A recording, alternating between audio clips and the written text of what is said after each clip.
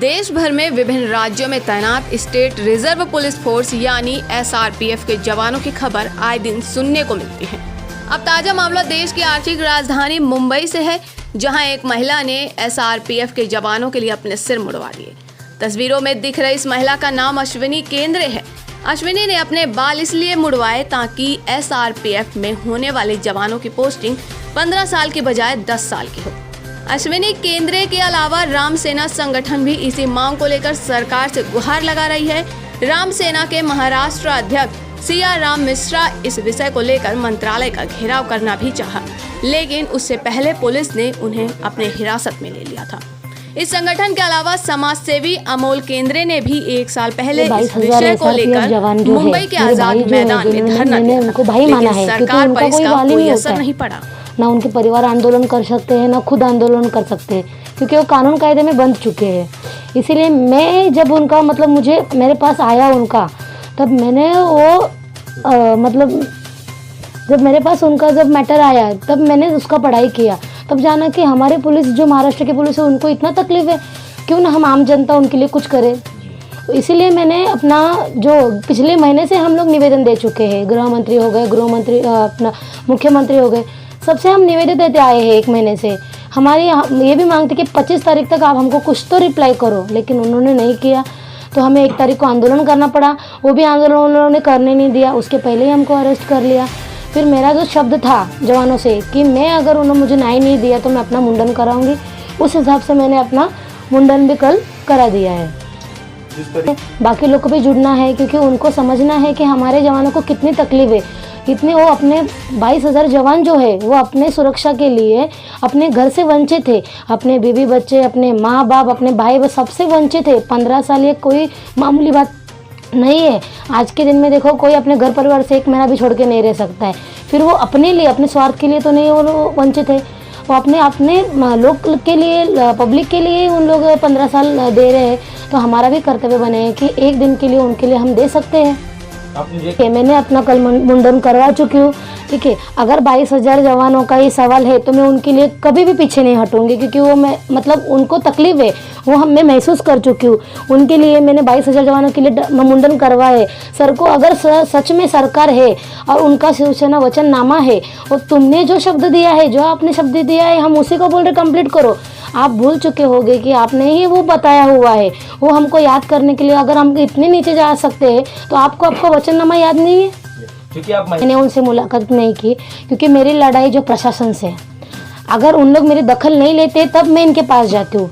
तो ये मेरा भी पहला ये था, ठीक है। ये अगर इन्होंने मुझे कल इस तरह हमको ट्रीट किया जैसे कि हम लोग टेररिस्ट है, 4-5 गाड़ी आते हैं हमें उठा के लिए, हमने क्या अन्याय किया है बताओ? जवानों के लिए लड़ाई कर रहे हैं, उसके पहले हम लोग को उठा चुके, हम पे ये कलम चलाए, हम लोग ने कल कोर्ट में जाके अपना जामीन लेके बाहर आए हुए। ऐसा हम लोग क्या गुनाह किया बताएं? अगर हमें अगर न्याय नहीं मिल रहा है, तब मैं महिला ब्रिगेड जो भी है महिलाओं के लिए जो है उनसे मैं मदद मांगूंगी। अगर वो हमारी मदद करते हैं तो ज़रूर मैं उनको अपने साथ लेके चलूँगी।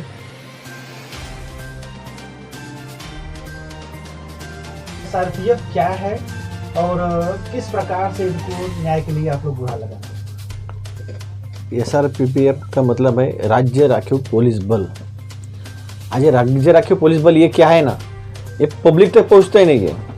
मगर जब भी कोई आंदोलन होता है, जब भी कोई मोर्चा होता है, जब भी कोई दंगल होती है, जब भी कोई बॉम्ब स्फोट होता है, जब ये सब घटनाएं जब बड़ी तादाद में होती है, तब SRPF के जो राज्य राखीव पुलिस बल है वो वहाँ पे आता है। आज भी आप कहीं भी देखोगे, मंत्रालय के बाहर देखोगे, या जो कलेक्टर साहब का ऑफिस देखोगे, ऐसी बहुत सारी जगह है जो संवेदनशील जगह है, उनके यहाँ पे SRPF दाखिल होती है। उनका आज भी गाड़ी रहती है। आज मंत्रालय के सामने देखोगे ये गाड़ी हमेशा रहती है वहाँ पे। बिल्कुल। कभी टॉवल सूखा हुआ दिखाएंगे वहाँ पे, तो कभी चड्डी दिखाएंगे। इसी उनकी कंडीशन है। आज इनके ऊपर इतनी बड़ी मुसीबत है, समझो। आज वो मेरे तक किसी ने पहुँचाई है कि मुझे हेल्प मांगी, मेरे वाइफ से हमसे जब हेल्प मांगी तो हमने इसकी जानकारी ली, तब हमें मालूम पड़ता है कि SRPF जवान जो है उनकी जो अंतर्गत जिला बदली है वो 15 साल बाद होती है। मतलब समझिए, हमारे वो भगवान श्री राम जी थे, उनको 14 साल का वनवास तो वो तो हमें मालूम है, मगर हमारे पुलिस जवानों का ये 15 साल का वनवास किस बेसिस पे क्यों दे रहे? क्या ये सही है? ये देखा जाए तो ये पूरा गलत है। मैं किसी राजनीतिक पार्टी को दोषी नहीं देना चाहूँगा, मगर ये जो है एक बंद कीजिए। अगर वो चाहते हैं कि 5 साल कम करना है तो 5 साल कम करके उनका जो पहले 10 साल था, जब वो बढ़ा के 15 साल किया गया, तब उस टाइम ने जवानों ने गुनाह केस दाखिल किया था कोर्ट में। उस टाइम भी केस जीत चुके थे जवान। तो उसके बाद जब 10 साल हुआ है, कोर्ट ने न्यायालय आदेश दिया था, तो उसके बाद फिर वापस 15 साल कर दिया। आज उसी मांग को लेके मैं बोल रहा हूँ कि आज 10 साल कीजिए। और ये मेरी मांग नहीं है, मैंने 8 मार्च 2019 को अनशन किया था आज़ाद मैदान में, और भी मेरी मांगे थी। 2013 के PSI के परीक्षा थे, उनको उन्नति देने के लिए थी, पुलिस वालों को घर मिले, उनकी 8 तक ड्यूटी हो, बहुत सारी मांगों के मैंने ये किया था। आज भी हम लोग जो है फिर वापस उन्हीं मांगों को लेके, जो सेवानिवृत्त पुलिस अधिकारी कर्मचारी उनसे 7वां वेतन आयोग है, ये सब मांगों के लेके आज भी हम आंदोलन करने के लिए कल चालू किया था आंदोलन। मगर आंदोलन होने से पहले ही गवर्नमेंट ने इतना प्रेशर बनाया कि हमारे जो श्रीराम सेना के महाराष्ट्र के अध्यक्ष है श्रीराम भाई, इनको इनके सहकारियों से 4 जन को नरीमन पॉइंट से अरेस्ट कर दिया। मुझे, मेरी वाइफ को और मेरे 2 साथियों को हमको चर्चगेट स्टेशन से अरेस्ट कर दिया। इतना दबाव किस चीज़ का था इनके ऊपर? सही देखा जाए तो कल का दिन हमने कल ही तो एक ही दिन में नहीं आए थे ना, हमने वो थाना के जिलाधिकारी साहब से निवेदन इनको भेजा था, मेल भेजा था मुख्यमंत्री साहब से, उप मुख्यमंत्री साहब से, पर कोई सुनवाई नहीं है। आज जवानों का कोई है क्या नहीं, ये प्रश्न चिन्ह बहुत निर्माण हो रहा है। आज उर्मिला माथुर जी से मैं उन्हें कुछ नहीं बोलना चाहूँगा, वो अपनी जगह पे ठीक है, सब अपनी जगह ठीक है, हम लोग गलत नहीं, ये मैं आपसे बताना चाह रहा हूँ। क्योंकि उर्मिला माथुर जी जो है उन्होंने कल शिवसेना में पक्ष प्रवेश किया। अगर उद्धव जी ठाकरे जो हमारे मुख्यमंत्री जी है, मैं उनसे एक बात पूछना चाहूँगा कि आपको उर्मिला माथुर जी का प्रवेश करने के लिए आपने क्या अच्छी बात है, हमें भी होता खुशी है, पर उनके लिए आप जब टाइम दे सकते थे तो 2 मिनट में हम लोग से आके मिल के, हमसे मिलते भी नहीं भी चलते थे। अगर आप निर्णय दे देते तो इसमें कोई बुरी बात नहीं होती थी। आज वो 22,000 जवान और उनके परिवार वाले आज वो दीपावली मना लेते थे, उनकी सबसे बड़ी जीत होती थी। ये मेरी जीत नहीं है, या मेरे वाइफ की जीत नहीं है, हमारे श्रीराम भाई की जीत नहीं है, ये जीत है उन 22,000 जवानों की, जो जीत आपकी वजह से रुकी है।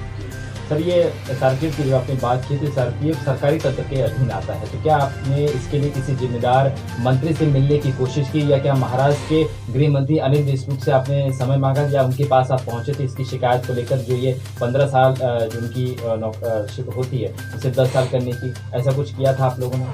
मैंने आपसे कहा ना, मैंने 8 मार्च 2019 को भी इसी सिलसिले में अनशन किया था। उसमें हमारे जो प्रधान सचिव जो अमिताभ जी गुप्ता साहब, उनसे मुझे पुलिस अधिकारी वहाँ पे ले गए थे मंत्रालय में, बेकायदा उनसे मुलाकात की थी, उनसे निवेदन दिया था, फिर भी मंजूर नहीं हुआ। ये आज 2 साल होने को आया। उसके बाद जो उस वक्त हमारे जो मुख्यमंत्री साहब थे वो देवेंद्र फडणवीस साहब थे।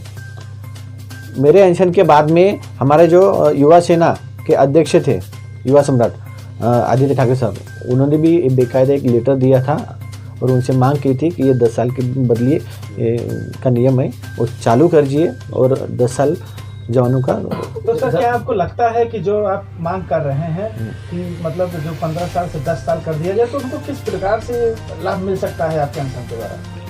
अनशन के द्वारा लाभ मिलेगा जब गवर्नमेंट चाहेगी तब मिल सकता है। ये लोकशाही है, मुझे लड़ने का अधिकार है, और खासकर मुझे और हम लोग गर्व होता है कि हम अपने जवानों की लड़ रही है।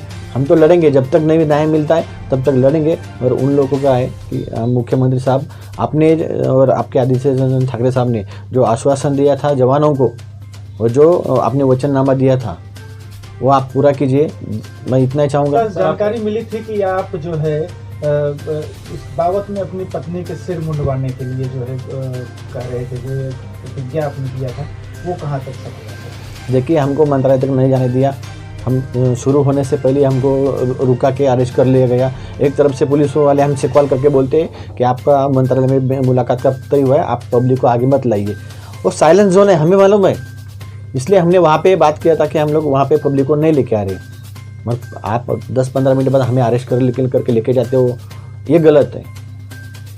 सर, आपने कहा कि आपने 2019 में आदित्य ठाकरे ने पत्र भी लिखा था।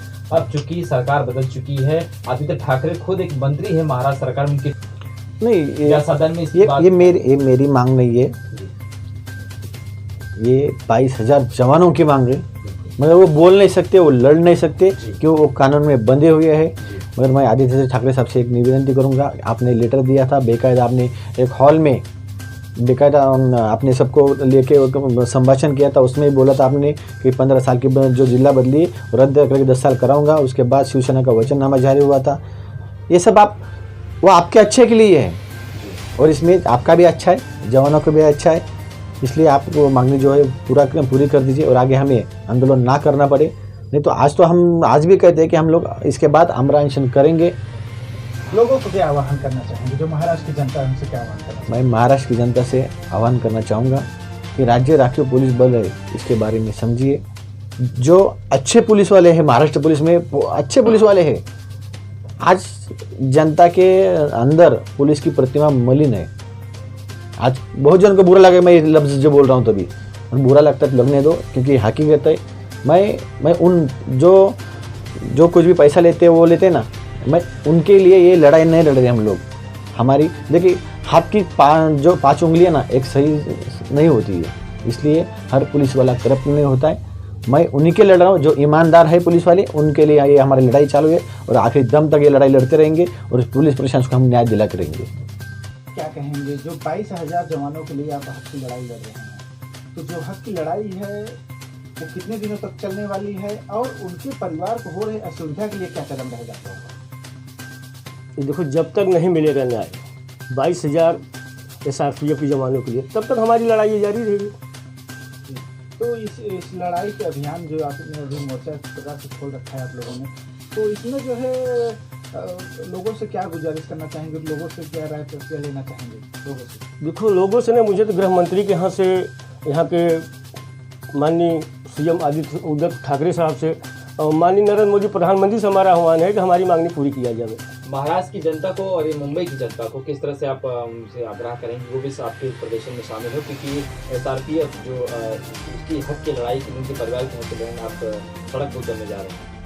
महाराष्ट्र जनता का हम आह्वान करते हैं कि इसमें हमारा साथ दिया जाए और हमारे आंदोलन में सहभागी हो।